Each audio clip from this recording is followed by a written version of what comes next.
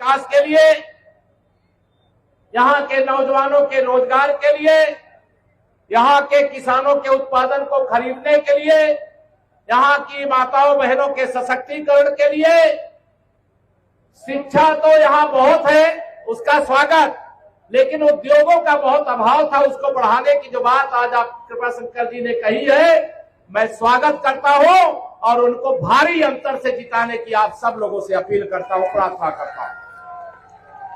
मंच पर मेरे मंत्री परिषद के सहयोगी श्री गिरीश चंद्र यादव जी, मुझे याद है जब विधानसभा का चुनाव था, यहीं मेरा हेलीकॉप्टर उतरा था, यहीं पर सभा थी, याद है आप लोगों की नहीं याद है? और मैं उसमें आया था, मुझे ऐसा लगता है यहां मेरा आना शुभ हो जाता। जब मैं यहां आता हूं कमल का फूल खिल ही जाता है। ऐसे हमारे मंत्री परिषद के साथी गिरीश यादव जी, जब मैं उस समय आया था, मैंने कहा कि हमारी राजनीतिक हिस्सेदारी हमारे परिवार वालों की शिकायत रहती है, लेकिन अब जौनपुर नगर पालिका के प्रथम नागरिक के रूप में मनोरमा जी को आपने निर्वाचित करके नगर पालिका अध्यक्ष बना दिया, इसकी मैं बधाई देता हूं। और ध्यान रखना, भविष्य में भी जो आपका हक है वो मिलेगा, ये भी ध्यान रखना, मैं आपको विश्वास दिलाता हूं। मंच पर हमारे प्रदेश के उपाध्यक्ष, विधान परिषद में हमारे साथी मुरादाबाद से आप सबके बीच में आए आदरणीय सत्यपाल सैनी जी, हमारे मीडिया पैनलिस्ट के रूप में ओम प्रकाश सिंह जी, हमारे विधानसभा में दोनों साथी विधायक, दोनों रमेश जी हैं, एक रमेश चंद्र मिश्रा जी हैं, एक रमेश सिंह जी हैं, दोनों मतलब अपने अपने क्षेत्र के विकास के लिए और जौनपुर की जनता और कार्यकर्ता के लिए समर्पित रहते हैं। हमारे जिले के अध्यक्ष के रूप में संगठन गढ़े चलो सुपंथ पर बढ़े चलो, हमारे बहुत प्रिय साथी पुष्पराज सिंह जी, हमारे मंच पर श्री धवल दबे जी, श्री रामचंद्र मिश्र जी, प्रभारी श्री अमरनाथ यादव जी, हमारे पूर्व विधायक सुरेंद्र सिंह जी, सुरेंद्र सिंघानिया जी, बाकेलाल सोनकर जी, हमारे राम सिंह मौर्य जी, बहुत पुराने साथी हैं सब, कमला प्रसाद जी, डॉक्टर राम सूरत मौर्य जी, धनई राम मौर्य जी, सब वरिष्ठ लोग हैं, बहुत पुराने लोग हैं, किसी भी परिस्थिति में जो डिगे नहीं। संतोष मौर्य जी, पृथ्वीराज मौर्य जी, रविंद्र मौर्य जी, राजेंद्र मौर्य जी, प्रेमचंद्र मौर्य जी, नीरज मौर्य जी, ममता मौर्य जी, विनीता मौर्य जी, बहुत मौर्य लोग भाई, रवि कुमार मौर्य जी, रमानाथ मौर्य जी, रामू मौर्य जी जो है प्रबंधक जी, सावित्री कठेरिया जी हमारी पूर्व विधायक है, अच्छे लाल मौर्य जी, देवानंद मौर्य जी, सतीश सिंह जी, नंदलाल जी, और जो मंच पर है सबको भाई, सबका नाम न ले पाऊं तो माफ करिएगा, क्योंकि मेरे लिए जो बूथ अध्यक्ष है वह भी उतना ही महत्वपूर्ण होता है जितना महत्वपूर्ण मेरे लिए मंच होता है। सभी मंच और मंच के सामने बैठे हुए भारतीय जनता पार्टी के कार्यकर्ता, समर्थक, मेरे पिता समान बड़े बुजुर्गों, मेरे नौजवान दोस्तों, मेरी पूज्य माताओं बहनों, मेरे पत्रकार मित्रों, 2024 की इस लोकसभा चुनाव में अच्छी बात यह है कि तीसरी बार आप सबके आशीर्वाद से मोदी सरकार बनने जा रही है। बनने जा रही है कि नहीं बनने जा रही, बताओ। अब ये जौनपुर वालों को जो ताकत आपने 2022 के विधानसभा चुनाव में दिखाई थी, उससे दुगुनी ताकत, उससे दुगने तिगुने वोट के अंतर से आप सबको जौनपुर लोकसभा हो चाहे मछली शहर लोकसभा, कमल के फूल की बटन दबा करके मोदी जी के सेना में जौनपुर और मछली शहर के सांसद को भी भिजवा देना, ये मैं आप सबसे अपील करना चाहता हूं। एक बात और ध्यान रखना, दुष्प्रचार बहुत करने वाले घूम रहे होंगे, किसी के दुष्प्रचार में मत फंसना। भाजपा ही वर्तमान है, भाजपा ही भविष्य है। भाजपा 2024 में भी है और आप सबके आशीर्वाद से देश और प्रदेश में 2047 तक रहेगी। जब तक एक एक गरीब को अमीर नहीं बना देंगे, हमारी जो गरीब माताएं बहनें उनको लखपति दीदी नहीं बना देंगे, हमारे जो नौजवान हैं उनके लिए रोजगार के अवसर नहीं उपलब्ध करा देंगे, जब तक जो बेघर अभी भी 1 लाख से लगभग अधिक घर हमने जौनपुर जिले में दिया है, लेकिन मोदी जी ने कहा है अभी भी मेरे बहुत सारे गरीब ऐसे हैं जिनको प्रधानमंत्री आवास की आवश्यकता है कि नहीं है, बताओ। मोदी जी ने कहा है आप सबके आशीर्वाद से 4 जून को 4 बजे 400 पार होने के बाद, तीसरी बार मोदी सरकार बनने के बाद 3 करोड़ और घर बनाने की शुरुआत की जाएगी। और ये विभवा मेरे पास ही है, कोई चिंता मत करना, जितना घर चाहिए उतना घर दिया जाए। और यहां बहुत बड़ी संख्या में हमारे ऐसे भी परिवार के सदस्य बैठे होंगे। मोदी जी चूंकि गरीब मां बाप के बेटे हैं, उनके पिताजी चाय बेचते थे, उनकी माताजी दूसरों के घर में झाड़ू पोछा करती।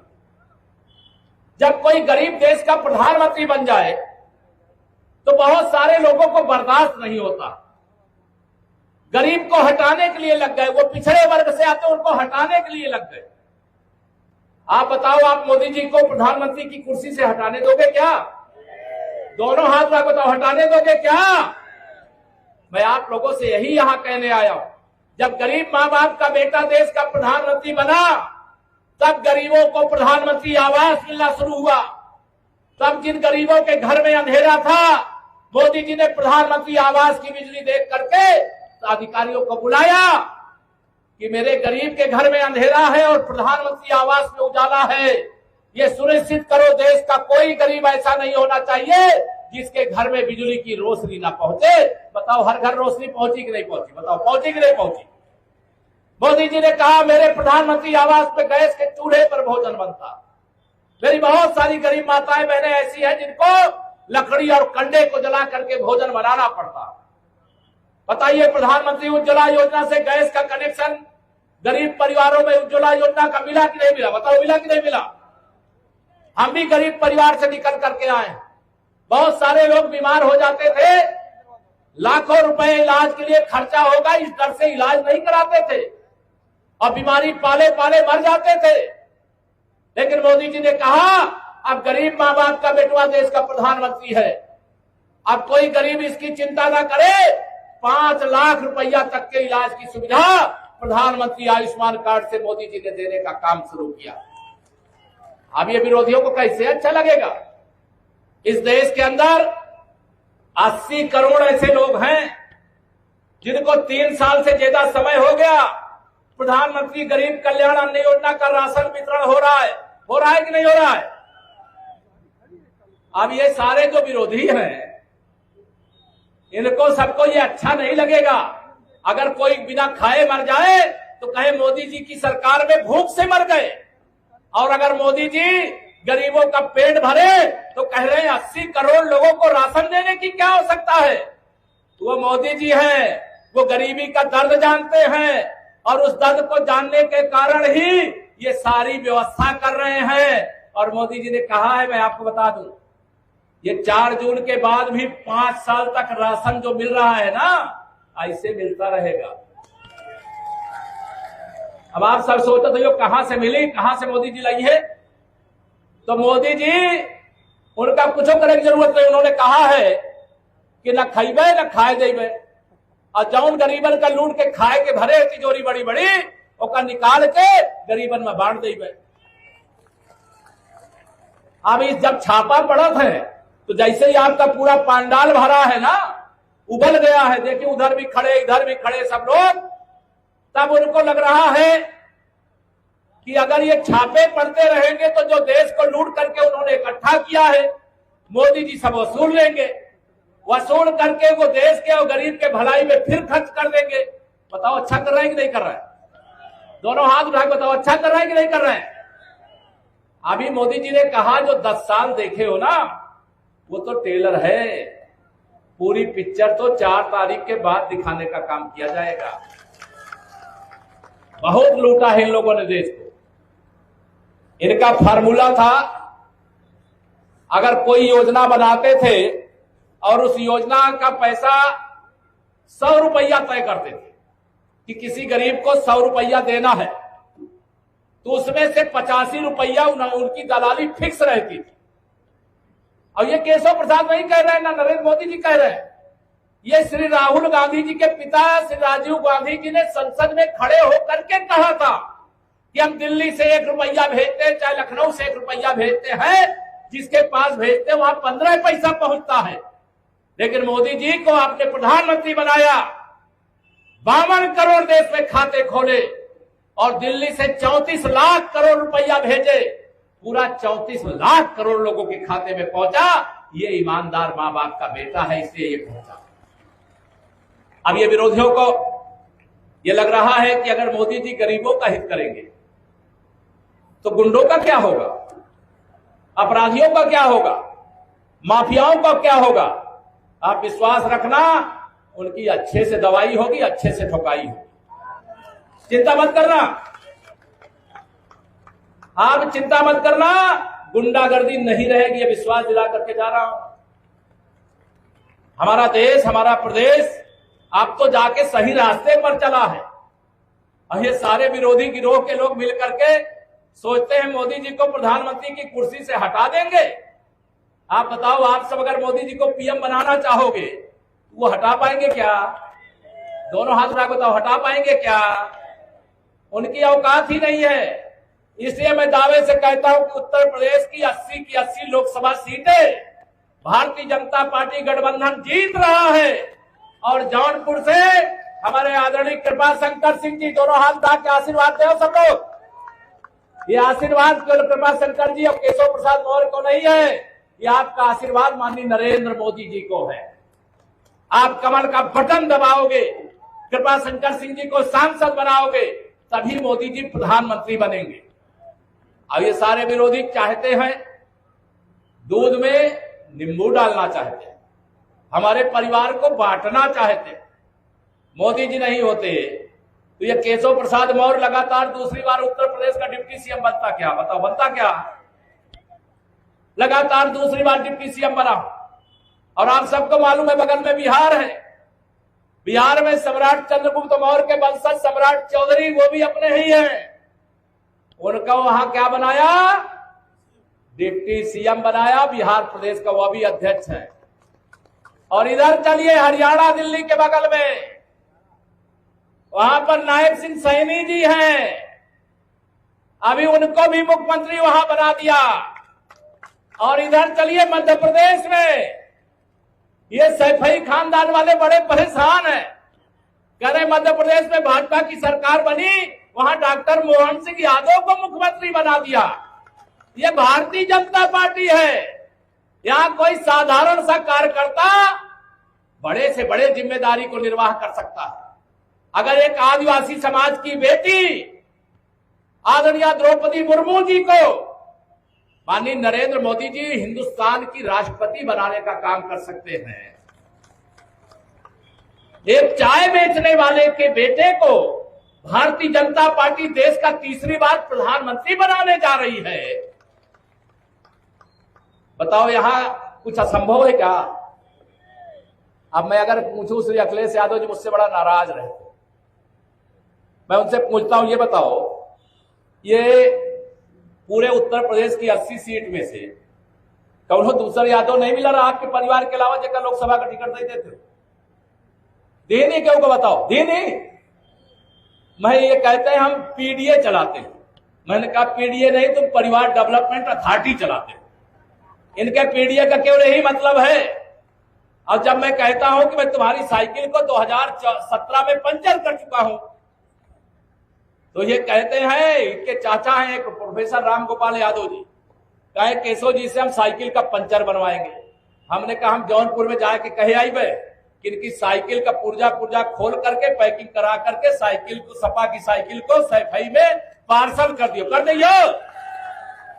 दियो कि नहीं कर दियो? बताओ। मैं आप सब लोगों को यही कहने आया हूं। मैं ये नहीं चाहता कि इनकी गाली का जवाब आप गाली से दो, मैं भी गाली का जवाब गाली से नहीं देता। श्री अखिलेश यादव जी ने मेरे स्वर्गीय पिता के बारे में अपमान भरे शब्द सदन के अंदर कहे थे, लेकिन मैंने कहा अखिलेश जी, मैं आपकी गाली का जवाब गाली से नहीं दूंगा। मैं लोगों के बीच जाकर के कहूंगा, इनकी गाली का जवाब कमल का बटन दबा करके दीजिए। कृपा शंकर जी सहित उत्तर प्रदेश में भाजपा गठबंधन के जितने प्रत्याशी उनको सांसद बना करके दीजिए और माननीय नरेंद्र मोदी जी को तीसरी बार प्रधानमंत्री बना करके दीजिए। यही जवाब होगा। ये जब सत्ता नहीं रहती ना, सत्ता के बिना जैसे पानी के बिना मछली तड़पती है, वैसे ही सत्ता के बिना ये सपा बसपा कांग्रेस वाले तड़पते हैं। अब इनकी सत्ता छीन लिए तो लगता है इनकी जान निकल गई, लेकिन अगर ये गुंडागर्दी नहीं करते, भ्रष्टाचार नहीं करते, परिवारवाद नहीं करते, तो सत्ता में थे, सत्ता में रहते, इनको हटाते क्या कोई? जब सत्ता में थे कुछ याद नहीं था, सत्ता से बाहर हो गए तो सब कुछ याद आ गया, और सत्ता में आते ही फिर सब भूल जाएंगे। इनका फार्मूला क्या है? इसी उत्तर प्रदेश के अंदर मुख्यमंत्री थे बाबूजी कल्याण सिंह जी थे, जानते हो सब लोग कि नहीं जानते हो? उनकी मौत हो गई थी, सामान्य बीमारी में मृत्यु हो जाती है, कोई भी आता है जाता है। सामान्य ढंग से जो मुख्यमंत्री होते हैं उनका शव अंतिम दर्शन के लिए विधानसभा में रखा जाता है। अखिलेश यादव जी 500 मीटर दूर बैठे थे, उनको श्रद्धांजलि देने केवल इसलिए नहीं आए कि उनका जो वोट बैंक है, जिन आतंकवादियों के मुकदमे इन्होंने वापस लिए थे, जिनको दंगा करने की खुली छूट दिया था, जिन्होंने समाजवादी पार्टी की साइकिल से अतीक अहमद जैसे अपराधियों को, माफियाओं को सांसद बनाया था, वही श्री अखिलेश यादव जी जो 500 मीटर चल करके बाबूजी कल्याण सिंह को श्रद्धांजलि नहीं देने गए, वही गाजीपुर का माफिया उसको मसीहा बता करके उसकी कब्रिस्तान पे फतीहा पढ़ने के लिए गए थे कि नहीं? बताओ, गए थे कि नहीं गए? रामलला की जन्मभूमि पर मैं एक राम जन्मभूमि आंदोलन का सिपाही हूं, कार सेवक।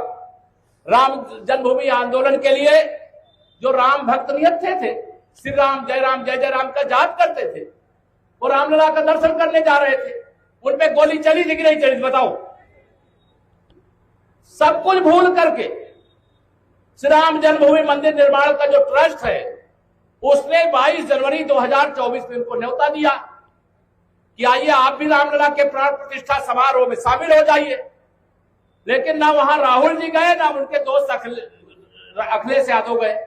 ये दोनों लोगों ने रामलला का निमंत्रण ठुकरा दिया। अब बताइए, जिन्होंने रामलला का निमंत्रण ठुकराया है, उनको ठुकराना चाहिए कि नहीं ठुकराना चाहिए? मैं आज सबको ये अपील करने आया हूं, ये समाजवादी पार्टी ना गुंडों, अपराधियों, माफियाओं, दंगाइयों, भ्रष्टाचारियों को पैदा करने की फैक्ट्री है। ये कभी गरीब का भला नहीं चाह सकते। ये पिछड़ों, दलितों के दुश्मन है। ये दंगे करा सकते हैं, जमीनों पर कब्जे करवा सकते हैं, ये मकानों पर कब्जे करवा सकते हैं।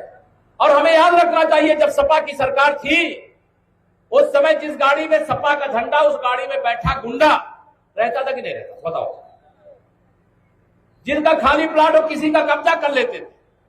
आप सब लोगों ने कृपा करके इनको आईसीयू में भेज दिया है। कहां भेजा है? जोर से बोलो, कहां भेजा है? आईसीयू में। अब ये तीनों के बारे में बता रहा हूं। सपा सांपनाथ, बसपा नागनाथ और कांग्रेस कालियानाग। इन तीनों को अब ऑक्सीजन दोगे क्या? दोगे क्या? ध्यान रखना, अब इनको ऑक्सीजन मत देना। ये 2024 के बाद समाजवादी पार्टी समाप्तवादी पार्टी हो जाएगी। याद रखना, जो मैं कह रहा हूं इसको विश्वास रखना। और 2024 के बाद 2027 का जब विधानसभा चुनाव आएगा, तब अखिलेश जी लंदन में होंगे, इनके दोस्त श्री नानी के घर में होंगे। ये भी ध्यान रखना। 2024 का यह लोकसभा चुनाव निर्णायक चुनाव, ये गरीबों के बीच में और गुंडों के बीच में, ये गरीब किसानों के बीच में, भ्रष्टाचारियों के बीच में चुनाव। यहां बहुत सारे किसान बैठे हो जिनको 2-2 हजार की सम्मान निधि आती होगी, हर 4 महीने में आती है कि नहीं आती है? अगर ये लोग सरकार में आते तो 2000 ना आते।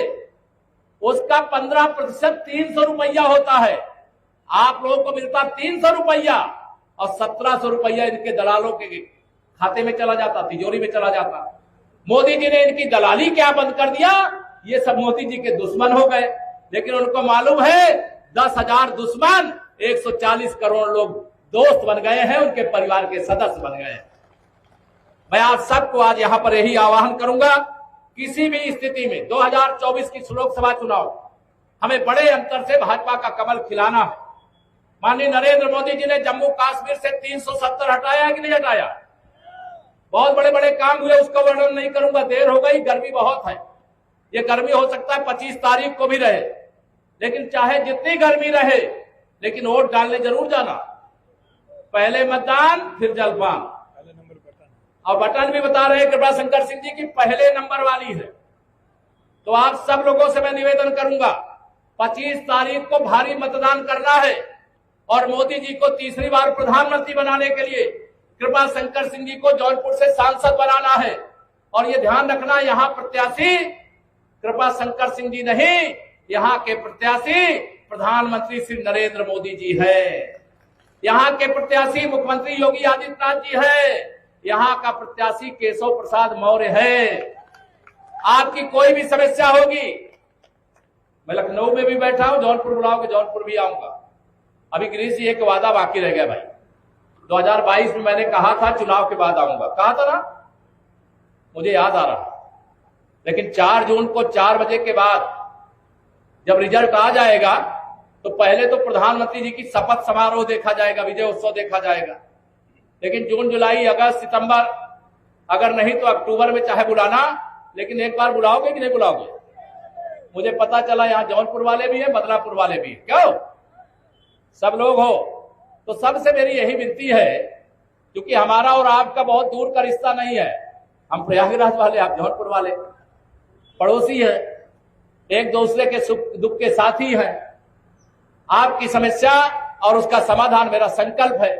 और मेरे भारतीय जनता पार्टी के जितने भी कार्यकर्ता हैं, ध्यान करके सुने भाई, मैं कृपा शंकर सिंह जी से भी कह रहा हूं, अब मेरी ये बातें नहीं है, मेरा बूथ अध्यक्ष हो, चाहे साधारण से साधारण पन्ना प्रमुख हो, और चाहे अन्य कोई पदाधिकारी हो, मेरे हर कार्यकर्ता के सम्मान का ध्यान रखना, उसकी समस्या का ध्यान रखना, सर्वोच्च प्राथमिकता पे उसका समाधान करवाने का प्रयास करना। हमारे माननीय मंत्री जी और विधायक जी और पार्टी के सभी पदाधिकारी तो कार्यकर्ताओं के साथ हैं ही, लेकिन केशव प्रसाद मौर्य पहले कार्यकर्ता है, बाद में डिप्टी सीएम है। इस बात को ध्यान में रख करके मेरी माताओं बहनों, आप सब बड़ी संख्या में आई। आप सब के बारे में बहुत सारे सपा बसपा कांग्रेस में जो हैं, हम लोगों से परिचित हैं, वो कहते हैं कि हम तो अपने घर में चाहे अपने अम्मा को कही, चाहे अपनी पत्नी को कही, चाहे बहन को कही, चाहे भाभी को कही, कोई सुनने को तैयार नहीं, सब कहते हैं मोदी जी को वोट देवे। सही बात है क्या? ये सही है क्या? कोई की घरवा में कोई सुनते नहीं है।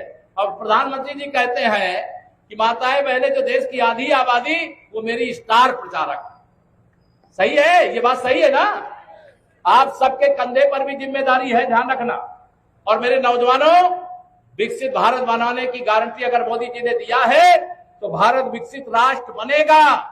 अगर ये बेईमान लोग 60 साल देश में शासन न किए होते, भाजपा शुरू से सत्ता में होती, तो हमारा देश विकासशील नहीं, विकसित होता।